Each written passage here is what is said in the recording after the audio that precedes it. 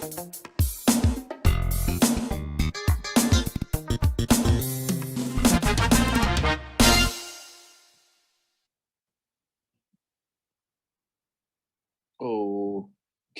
magandang gabi sa inyong lahat. This is In Between. As tuwad po ng sinasabi ng aking kasamang si Jean Garcia, na wala po ngayon dahil meron na pong inaasikaso. Ang In Between po ay podcast, online show between Newsbytes and In Between. Yun. And then also our guest is, if you see the layout in YouTube and in Facebook Live, nasa gitna po namin in between the two hosts ang aming guests. But for tonight, ang co-host ko po ay hindi si Jing, tulad na nabanggit ko kanina, kundi po si Mr. Edwin Salian of BusinessMirror. Good evening, Edwin! Magandang gabi po sa inyong lahat. Ayan. Can you hear me now? Ayan. Yes. Oo, hindi po nagpagupit si Mr. Jing Garcia. Ako po sa Edwin Salian po ito. Kung nagtataka kayo, ba't iba itsura? And Melvin, pakilala mo ng ating special guest or ano ba ang ating pag-uusapan for tonight? Hindi, pag-usapan natin tech PR. So, technology press relations. Kasi itong itong guest natin, matagal na rin, almost 20 years na rin sa hindi lang siguro mga 15 or 16 years na sa tech PR. Pero he's parang sort of he now belongs to the corporate side, client side. And he's also a corporate officer as executive director of BPI Foundation. But he's also the head of the corporate communications office of the Bank of the Philippine Islands, the country's oldest bank and the second largest bank in the Philippines right now. Okay, huwag din natin patagalin. Although gusto ko sanang batiin ko lang yung mga mga suki natin na naka-log in early in our discussion. Ito si Alex Fuentes. Taga Bacolod dyan. Si JR, naku, mahabo na yung mata ko, Retes. Hello, sabi niya. Si Melissa Borja Kalimag. Yan, kilala ko yan. Ang aking wife. Si Tin. Yeah, and my daughter, Emma Sofia Kalimag, na nagbigay daw ng tubig sa akin para hindi ako mauhaw. Si Tin de los Reyes Feliciano. Sabi niya, ayun, nanonood din siya. Si Sis Almugatea. Yan, siguro parang screen name or alias niya. Good PM. Si Alvin Pingol, good evening sa'yo. Alvin, of course, si RJ Espinosa, ang ating kaibigan from Davao City is also watching. Maraming salamat po at nandyan kayo kahit ano mang mangyari. Edwin, itong mga to, binasa ko kanina, mga pa yan mga followers, friends natin from our days sa sa TechSabado sa Radyo 5. Alam niyo naman po, naging full digital pivot na tayo starting last January. Pero of course, yung mga kaibigan natin from our previous stay in Radyo 5, kasama pa rin natin dito. Pati si Sirikit Kevin is also watching. Sinundan na tayo. Oo. Ayun. Si Edwin is regular co-host natin din sa sa TechSabado. Di ba Edwin? Yes. Oo. And of course ang ating special guest si Owen, matagal nating kilala yan from the IT beat, di ba? And he has gone through some of the country's top companies. I've known him since his IBM days, since his Resource World Manila days, and now he's in BPI, di ba? Oo.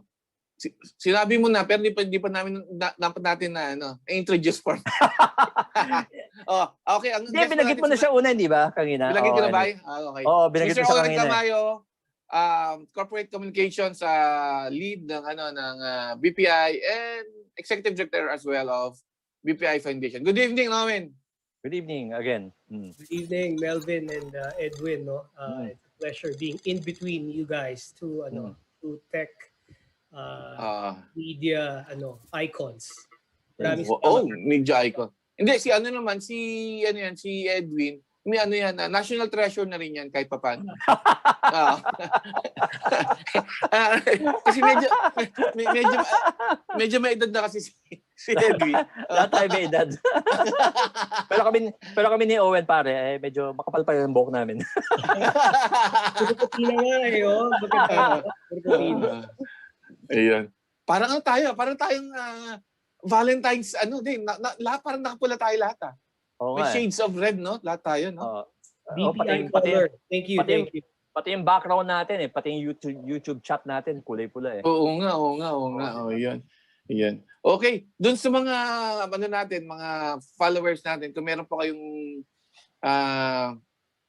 concerns about BPI, hindi na pa. But baka hindi masagot ni Owen. Pero ano po, this is more of a interview. More on let's tackle about strategic communications in the field of technology, banking, yan kasi galing nandiyan ngayon si Owen, okay? Owen, I know you started early sa PR, press relations, no? What year did you start? Parang bata ka pa eh. Hindi. Diba? I think started 24 years ago, no? I graduated 1997 from the University of Santo Tomas. And then, Go stay. Yeah, I started working kagad, but I did I enrolled for an MBA, pero unfortunately I wasn't able to finish it. But tuloy-tuloy yung work ko in the field of communication. I actually started in advertising. Early on in my years, I was more into advertising and marketing services. So both client side and agency side. And then Parang naalala ko you put up your own agency, right? Before you actually became part of a shall we say bigger agency? Yeah. Kasi ganito yan, no? When 'di ba sabi ko I started with advertising. So I was employed or I was connected with J. Walter Thompson. Doon ako I interned there when I was in college. Tapos eventually I moved into J. Walter Thompson. Tapos I after some time I went to client side kagad. I went to companies like Concepcion Industries, the manufacturer, Yes. Conjulo, Kelvinator, Carrier. Yeah. I was their marketing services officer back then. I also moved. I also moved to a local PR firm called Agatep. Agatep. Of course. Agatep, Kilala natin yan, no? Charlie Agatep. Agatep and Associates, di ba? Yep. Sikat na sikat yan. Yeah. Living legend yan si Charlie. Yeah, but kababayan ko yan sa Cagayan. Cagayan. Okay. So yung during my stint sa Agatep, I had a client, Lipton, the Lipton brand, no. During that time, Unilever bought out CMC, California Manufacturing Company. Yung CMC na yon, during that time, they were managing the brands like Knorr, Lady's Choice, Royal. I don't know if you remember that. But now, it's all part of the Unilever Food Solution Group. So yan yung food service ng Unilever. Kasi Unilever is known for its shampoos, right? And all. Pero meron silang food service. And one of the brands that they handled is Lipton. So when I was in Agatep, yung brand manager during that time told me na, "Oy, Owen, I'm happy with how you service me, the brand and all. And we recently bought out CMC. Now's the time. If you give me your CV, diba, now's the perfect time to explore, diba, a shift." So I did. Eventually, I got accepted in Unilever Best Foods. Pero during that time, since it was transition period, I didn't get a communication role, not advertising, not PR. So I was tasked to be one of their how do you call that? Parang distributor manager. So I dabbled into sales early on in my career. So Mm. and since Unilever na siya, ano siya eh, in-encourage nila yung mga lateral movements. So, when there is an opportunity to, kasi ang communication function nasa retail side nasa food service ako no. So when the time came na there was an opening, so I told HR, hey, maybe I can explore going to a function that I'm more I studied for, diba? But I got in, no, but unfortunately during that time, my immediate supervisor did not allow me to move. So eventually I decided I'll just move out and start yung sinasabi mo. I put up my own consultancy. I think it's together with some partners from Agatep. We put up this small consultancy. Mga 4 or 5 years rin yan. And then I moved to Mm. IBM. So IBM, I met all of you guys. You guys have been friends ever since. I think 2006, I started my career in IBM, and ever since I've never lost track with you guys. Especially ikaw, Melvin. Lagi tayong we always No. liaise, no, and Yeah. collaborate together. Si Edwin, nagulat nga ako nasa Business Mirror na ngayon So Mm. Edwin, Yeah. Yeah. congratulations. Oo. Mm. Thank you very When you much. went in, when you went into Yes, tech belated na, PR, pero okay lang. okay. Ano yung how was it compared to the previous stints that you have in your previous companies? Mm. Well, honestly, no, it was it was very different kasi IT was very technical, no. Oo. Yes, very technical. No. Lalo na Especially yung IBM na napakaraming ino-offer na services at saka talagang nosebleed. exactly. Plus, that was the time, you have to understand, that was the time that IBM divested its retail business. So yung B2C business ng IBM, wala na, hindi ko na naabutan. So Mm-mm. IBM was left with B2B, di ba? Yung business to No. business, the infra, the software, the applications, the solutions, even BPO. So it was, I mean, for me, from an outsider, medyo mahirap, no? But there's Mm. I I had good mentors, diba? Both locally and regionally. They helped me cope. They helped me understand better how it goes. Kayo rin. I mean, you guys as partners in the media, you really contributed to my growth in better understanding and appreciating technology. So maraming salamat, guys. Mm. Ito si Tin de las Reyes Feliciano, nanonood siya, Thank you. sabi niya, batikan na sa comms, sabi niya ganyan. Isa yan sa nakasama mo, di ba? Yeah, si Tin. Tin's a good friend from IBM. Tin, hi. Let's get together Oo. soon. Oo, pati si Edison Ong, sabi niya, hello Melvin, Edwin, and Owen. Oh, Kasama natin sa Tech Teras. Media yan si Edison Ong. I think Edison's the first editor, online editor ng Philippine Star Online tama ba? Yeah, I think so. Yeah. I think it Icon was. rin yan si Edison. Edison, cheers. Ayun. And then how was doing PR in IBM help you in the long run? Ako, if I was to summarize my stint at IBM, I can say it in one word, no. I think it gave me the perspective of always to always think, 'di ba? Thinking, 'di ba? Si Thomas Watson once said, all the problems in the world can be solved if man was just willing to think. And I carried that on. I guess because during that time IBM was such a top-notch organization, no? Not just in the Philippines but globally.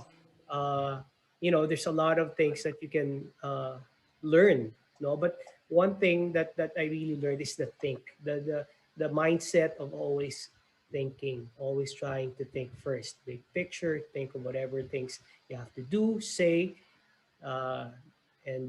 Yeah, that's it, I think. Sabi ni Tin de los Reyes Feliciano, sabi niya, batiin mo naman daw sila. Sabi ko lang sa iyo, Tin, ikaw talaga. Nga. Hello to Tin. Tin. Regards to everyone. Si si Attorney Jing Tadili na lockdown for more than a year sa Cagayan, nanonood. Hi Owen daw. Hi, Attorney. Congratulations. Lawyer ka na rin. Oo. Yun. Si May Parbo is also watching and saying hello to you. May, how are you? Ka-birthday ko yan si May. I'll never forget it. Ganun ba? Yeah. Napakabait niyan si May. Kababayan ko yan. Naka-Isabela yan si May. Yeah. During that time, magkapit-bahay kami niyan sa Mandaluyong, and we've all, most of the time we'd go home together. Sinasabay ko yan si May. So, hey, I hope to see you soon. Dati nakita kami yan ni May sa Mega Mall. Pareho kami namamalengke. Doon sa grocery, doon sa supermarket. Social kayo? I have a question kay Owen. Owen, yes. Okay. Owen, now that you're in the banking sector, which is considered as a service sector, gaano kahirap ang doing PR and communication work there? Especially given that yung mga tao, lalo na ngayon in this pandemic, kailangan lagi mag-withdraw, kailangan lagi mag-transfer ng funds and all that. So, how do you manage to keep the public's trust? Yan. As being the first in line of public relations for your particular bank. That's a good question, Edwin. No? Yeah, being in BPI is really a daunting task. No? To be able to articulate, all the things that needs to be conveyed. BPI, you're right. No, it's an essential service because we're a bank, right? We're one of the largest, the oldest bank in the Philippines, and in fact, we're celebrating our 170th year this August. So, an institution will not last that long if there's no public trust, no stakeholder trust, and it's just a very, very huge responsibility to maintain that trust. And yun nga, tama ka, as the corporate affairs head, diba, it's one of my responsibilities to maintain that trust, to maintain that reputation, if not build it, right?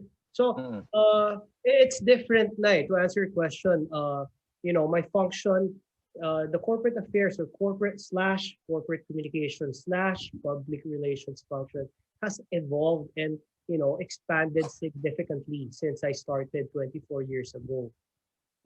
Now, alam mo, effective communications need to be purpose driven. It needs to be a consistent narrative with clear principles.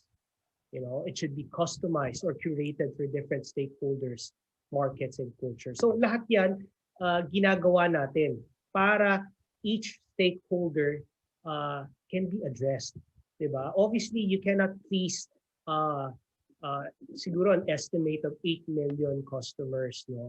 I'm speaking about BPI, but try our best to convey the corporate narrative to our stakeholders. So it's hard, but it's very meaningful. I think we wouldn't be in the front lines, or we wouldn't be an essential service if we're not providing a meaningful service.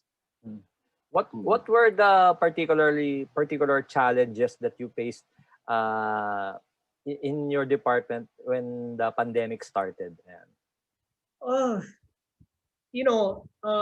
Like most, like everyone in the world, Edwin, all sectors, all types of businesses, talagang we needed to pivot the way we do things. I mean, in BPI, for instance, imagine mo, how do you pivot operations in the bank, in a branch in particular, diba? It's very tough, diba? We needed to devise set A, set B, manpower rotation, diba? But fortunately kasi, when I came in, BPI has started on a long-term digitalization journey. So that softened the blow, no, in terms of operations and ultimately communication. Kasi communication is highly dependent on how an organization operates, Yes, right? totoo yan. Uh, yung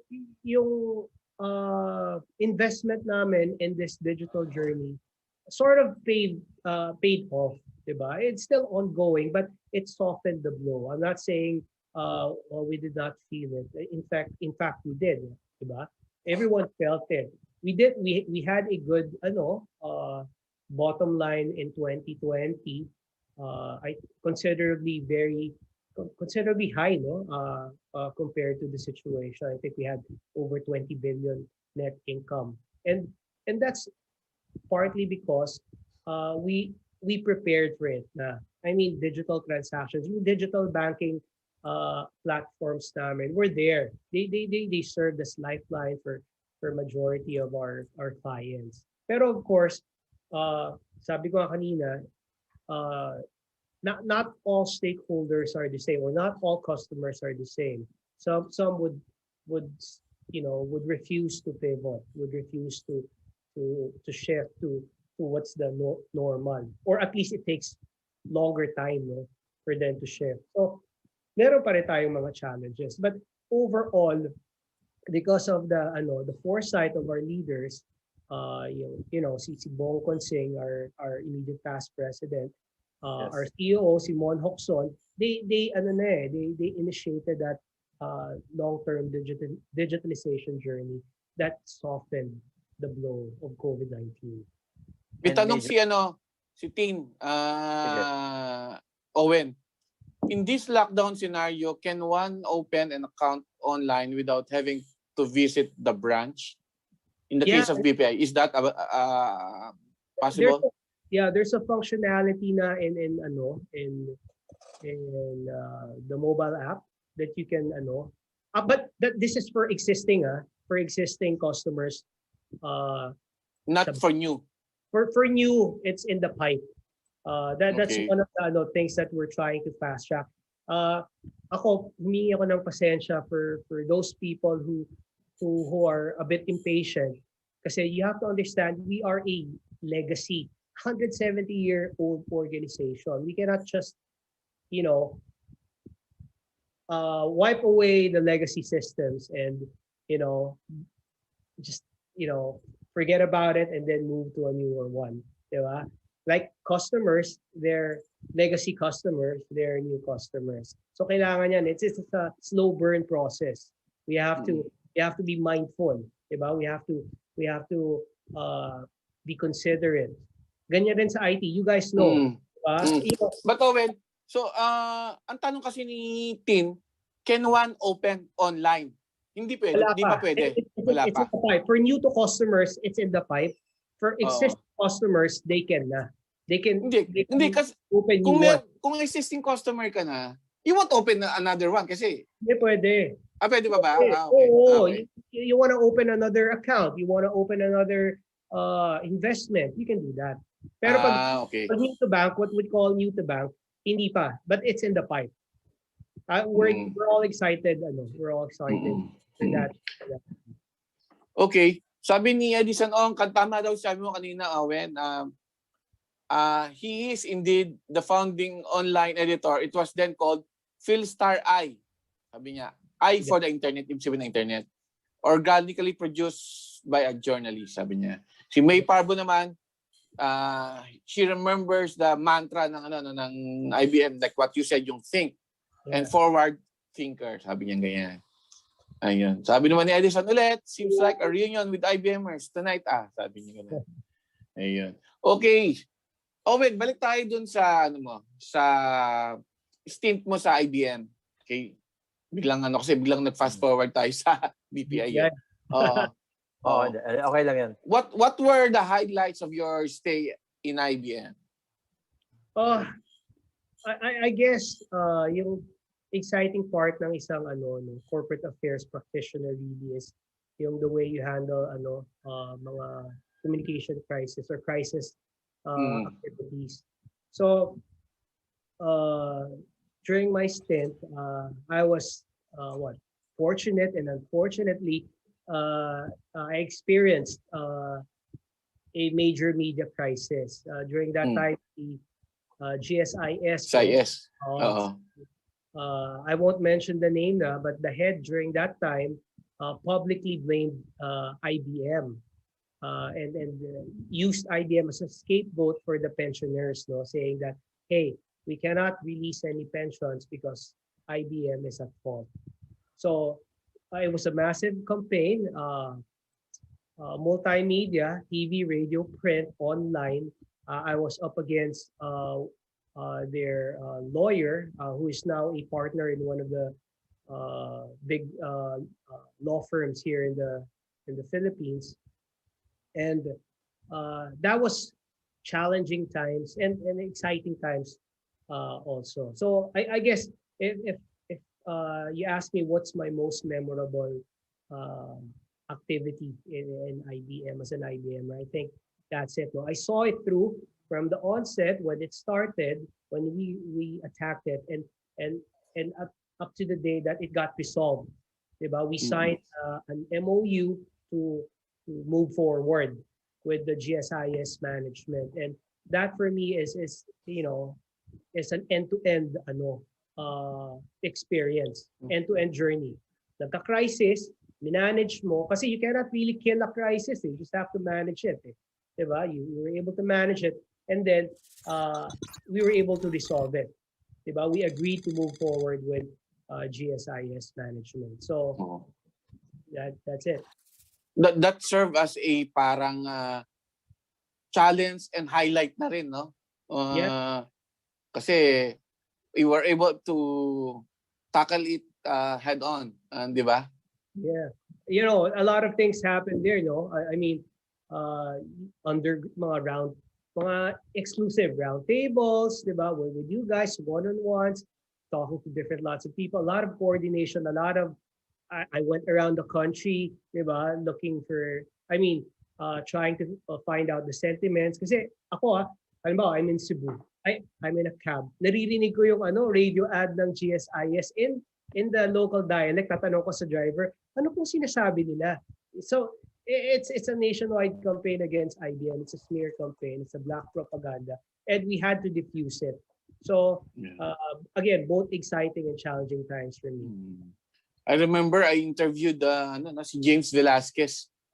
During those times, I was covering it for, I think, Manila Bulletin. And at the same time, inimbitahan din ako ng GSIS, yung legal counsel nila, probably you were referring to Star Alamparo. Yeah. Si Estrella Alamparo, Star Alamparo, who's now with Divino Law. Yeah, doon ko rin nakita yung support ng media sa akin na when Star would issue, total tapos na to, no? It's history.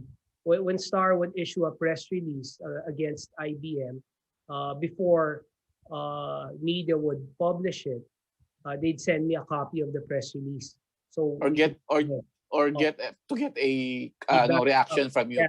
Yeah. So I guess talagang nahasa dun yung crisis operation, diba? Yung mindset, yung pag-handle ng crisis during that time. Speaking of crisis, sabi ni Tid de los Reyes, swerte ka raw sa crisis, pati raw dun sa Resorts World. I can attest that that Owen handled that well. Thank you. Okay.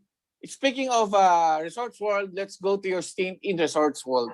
What made you jump to Resorts World, Owen? I have nothing but love for Resorts World Manila. In fact, it's a fun experience though. There's a lot of exposure, a lot of good times. But the crisis that happened in June of 2017. Tell us more about that what happened. Yeah. Okay. We all know this is a national news, no? Even international news. June 1 or June 2 of 2017, an armed man breached the security of RWM, and then uh, fired, and caused a lot of panic, burned the gaming tables, and eventually, there were a lot of fatalities, and it was a major crisis, and it was an accident really. No, it was no one's fault when you think about it, but that incident made me realize that there are a lot of associated risks being connected in that industry. Okay, I have nothing against it, but I realized that the associated risk was just too much for me personally. But what really prompted me to move was the timing. I think it's God's ano. I'm not a religious or a spiritual person, pero I truly believe in God's will and timing. Uh, During that time, would you believe? I have not shared this publicly. No, I may have shared the story in small groups, but during that very difficult time, imagine almost 40 people passed away from that crisis incident. And I was there. I was with our president, uh, in the funeral parlor. And, it was really awful. It's not Mhm. a pleasing experience. And a week after, I got a call from BPI and invite. I think probably a week or 2 weeks after, because apparently during that time BPI had its own sort of mini crisis compared to Resorts World, and I got a call from them asking if I was interested, and that Mon Oxon was looking for me. And being an IBMer, an ex-IBMer, Mon Oxon, the name or the brand Monoxon is top notch, di ba? That's like the pinnacle of Pinoy IBMer, si Monoxon. So who am I to not entertain that call? But in all fairness, what I did was, this is true. I'm not BSing you guys. I told BPI, let me finish or stabilize first the situation in this crisis, 'di ba? Of course, I'm a professional, 'di ba? We're all professionals, and I'm committed, 'di ba, to Resorts World during that time. Sabi ko kay BPI, give me time. Stabilize muna natin yung situation, and then let's talk. So Mhm. that's what happened. After the 40th day, marking the 40 days of all those people who unfortunately passed away, I called up BPI. Sabi ko, sige, let's talk. And then, I think it was an easy sell. Si Bong Consing spoke to me, Ron Oxon spoke to me, and you know, uh, they articulated, diba, their vision, their aspirations, their goals, and how BPI you know is as an essential service, and the rest is history. I think I joined BPI late August of 2017. First, parang last day ko sa Resorts World Manila, the following day, first day ko na sa BPI. Hindi na ako nagpahinga. Terminal leave. Hindi na ako nag-leave. I didn't even fully recover from the crisis. Diba? Diretso kagad sa BPI. And I'm very grateful sa BPI for the opportunity to start fresh. Not everyone can reboot after a very traumatizing activity. Remember, I was front and center of that crisis. I was there to get communications, HR, legal. Those are the three major roles or functions that were deeply involved, including the executive committee, the president and the CEO. They were all those four elements, no, talagang deeply involved in that crisis management. And even the principals, the owners, the Alliance Global Group, they were on top of that. So hats off to them. But like I said, not everyone gets an opportunity to reboot, diba, from a traumatizing activity and then start fresh again. So correct. here I am. So I'm going this August. I'll be on my 4th year in BPI, and I'm just grateful.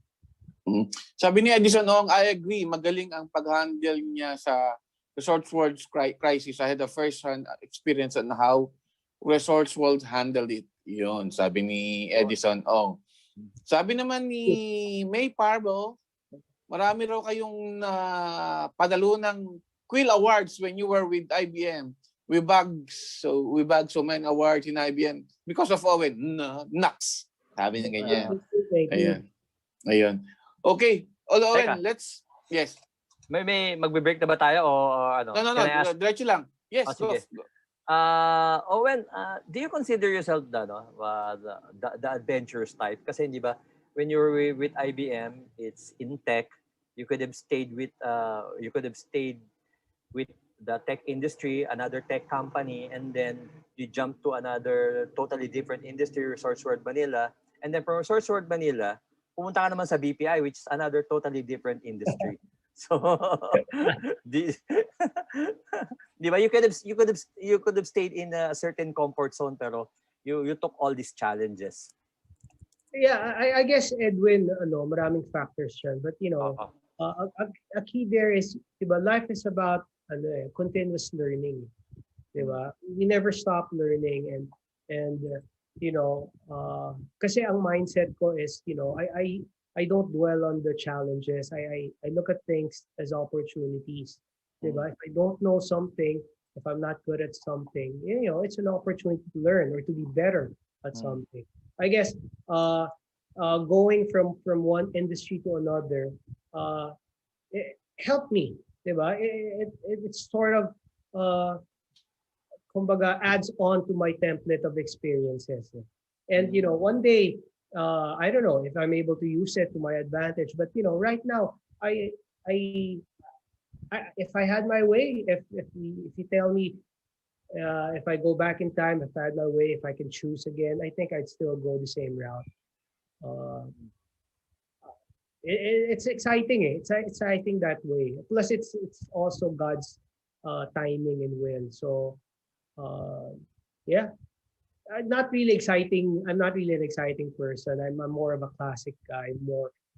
I'm not a flashy person. I go for the basics, the classics. I don't.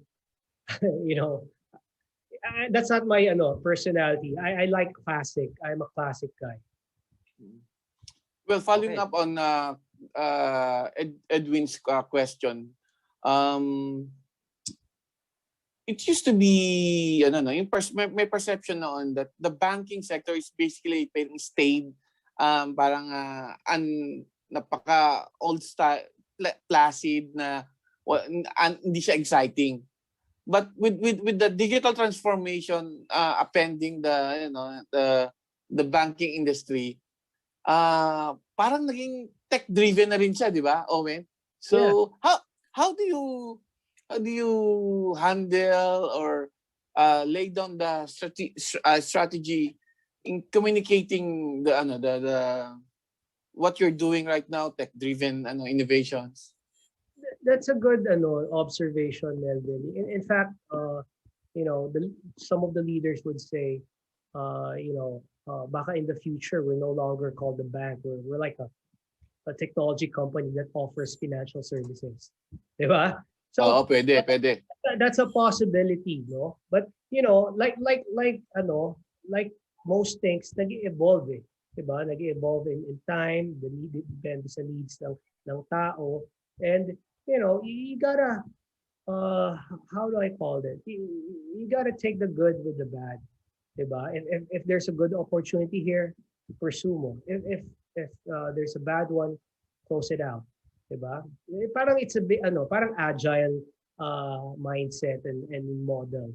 Diba? You you you just try and try. Diba? But to answer your question, really is how do we communicate a more digital BPI? Well, we believe no, it starts from within. No, I remember I was telling you, it's a long-term digital transformation journey, and it's not just for external stakeholders. It's within them. No, it's not even about technology. It's about the process, the mindset, the behavior, right? So recently, with led by our CEO Simon Hoxon, no, we've devised a program called Digit All BPI, meaning everything inside out of BPI, we embrace digital, diba? Our mindset and eventually our behavior. So that's a campaign that we wanna build on. We wanna pursue that even with our new president PG. No, I think one of his goals or aspirations really is to be the undisputed leader in digital banking, and eventually to be the undisputed leader in the local banking industry. And if if you know from his lead, diba, everything else follows. So ganun tayo, digital talaga, inside out. We will transform the way we think, the way we act, diba? Para we adopt, diba? And we're able to shift quickly and appropriately.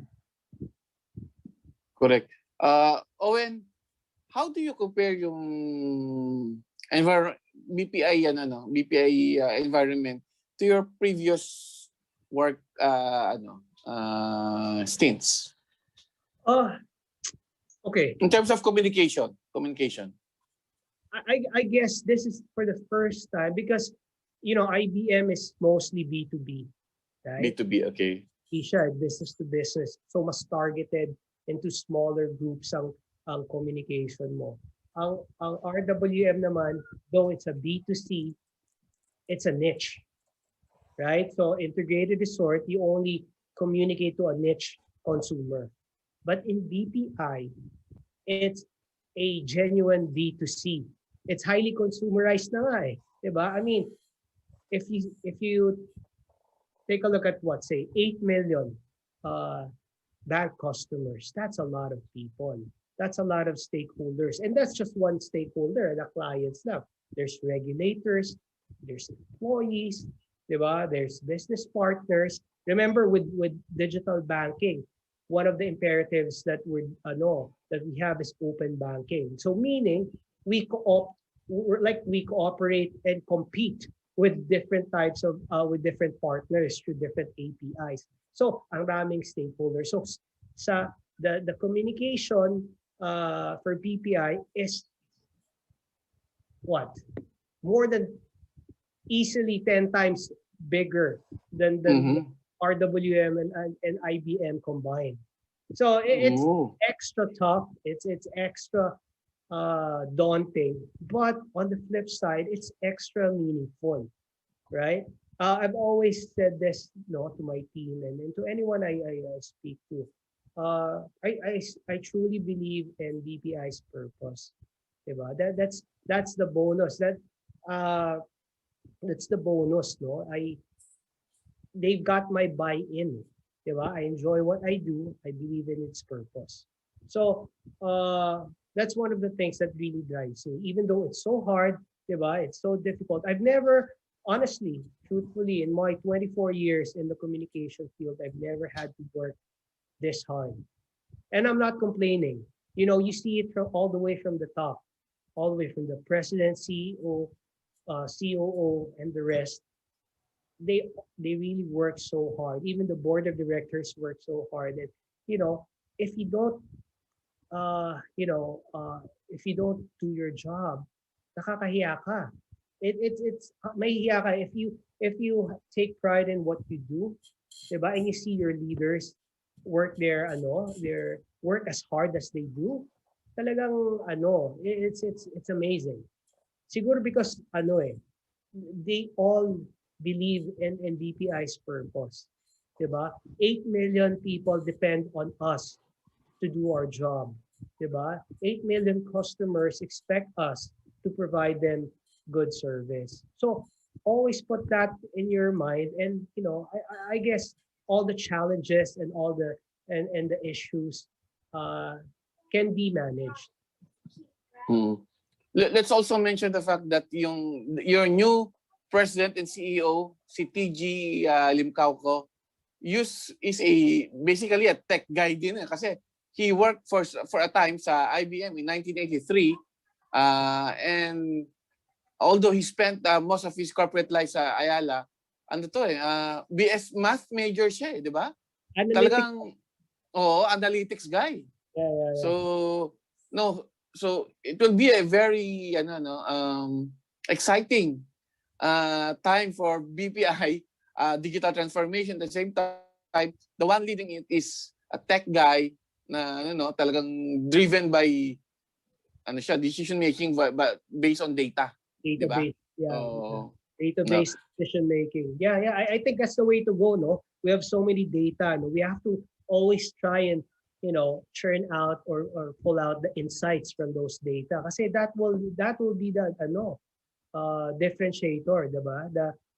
That's our advantage. If we're able to analyze and take advantage of those insights from those data, I think that's going to be the game changer. Mm-hmm. Owen, aside from the fact that you are the corporate communication executive director of BPI Foundation, let's talk a little bit of that role, and what do you do with that function? Okay, so management decided to merge the function of the community kasi corporate affairs really is an evolution of what they called before public relations na corporate communication. So corporate affairs, it has what? Media relations, internal communications, external communications, government relations, social media, diba? And then there's community relations. So it makes sense really to put the foundation, which is the social development arm of BPI, under one roof, right? So currently it's just the title, the executive director of BPI Foundation. But again, to answer your question, being on top of development work is truly awesome. It's food for the soul, and it's just a great it's just great work, diba? Doing good, diba? And being well and doing well, and that best of both worlds, diba? So yung foundation provides that opportunity. Ako personally, diba, to give back, not just on a personal capacity but on a larger scale. We're able to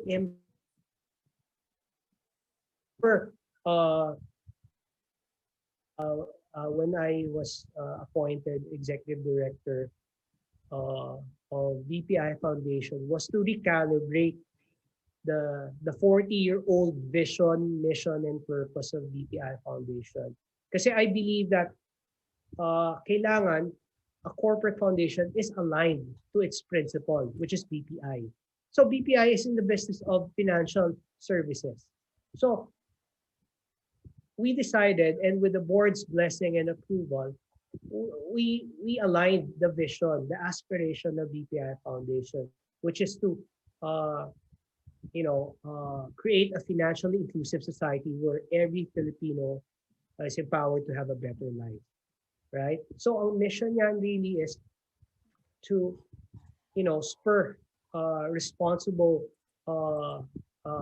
progress or sustainable progress for mga underserved communities, because yung commercial side, yung BPI does that na eh. Diba?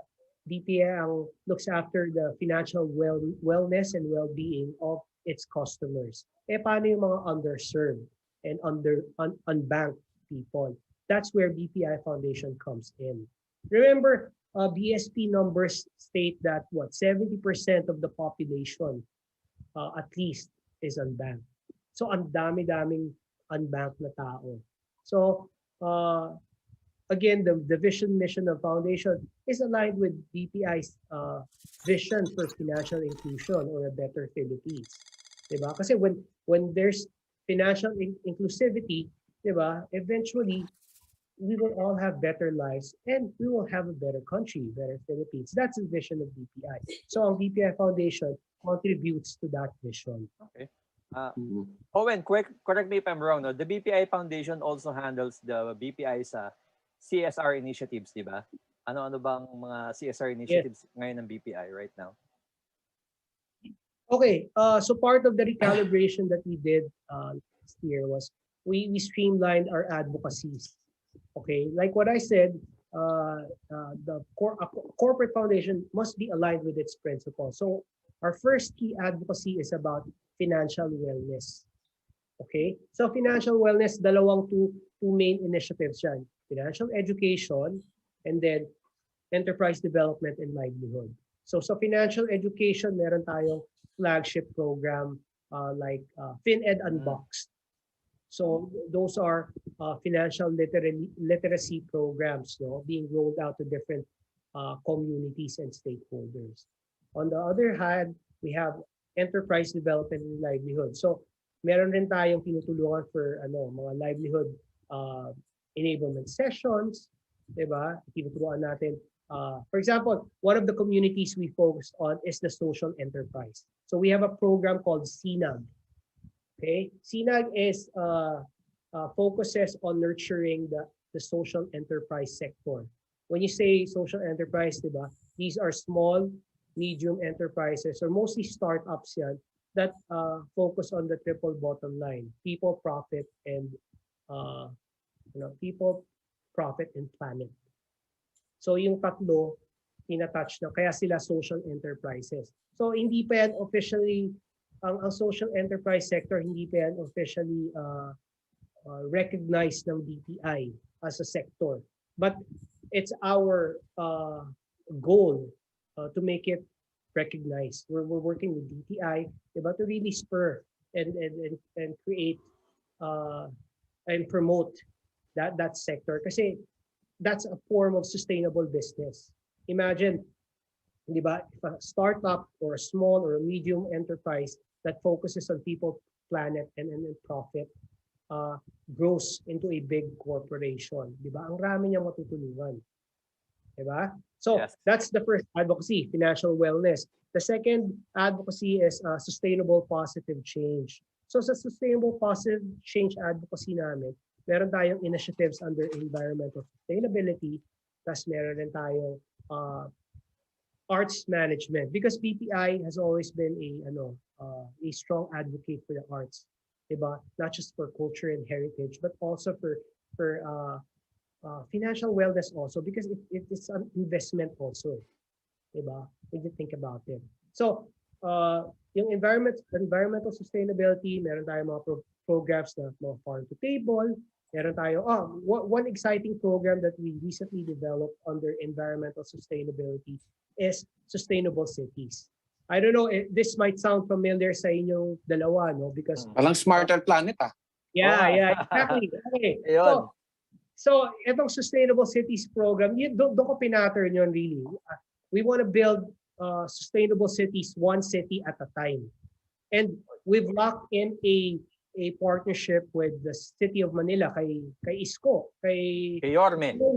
Diba? So we recently partnered with them, locked in a deal. It's a 3-year program para to transform the City of Manila into a sustainable city. So exciting yan, abangan natin yan. Tapos last advocacy that we focus on is bayanihan. Okay? Bayanihan is essentially corporate citizenship. No? Under Bayanihan, we have our push for a culture of volunteerism. We have ang program namin dito, BPI Bayan. It's our employee volunteerism program. And then we also have disaster relief and recovery initiatives under bayanihan. So in fact, just to let you know, for the first time in the 41, 42 years of BPI Foundation, we are building a BPI Bayanihan Center in Ibaan, Batangas. So that's a over 500 square meter infrastructure, multi-purpose facility, no, to be used as evacuation, as COVID center, as livelihood center for that community. So that's that's one thing that will stand the test of time. Obviously, that's in partnership with PDRF and the local government of Batangas. So that's again financial wellness, and then there's sustainable positive change, and then there's bayanihan. Those are the three advocacies that we will focus on in BPI Foundation. Thank you. Owen, may tanong lang dito si May Parbo. Have you considered engaging DepEd edu institutions on financial literacy as part of the curriculum? We're working on that. In fact, DepEd is a named community, no?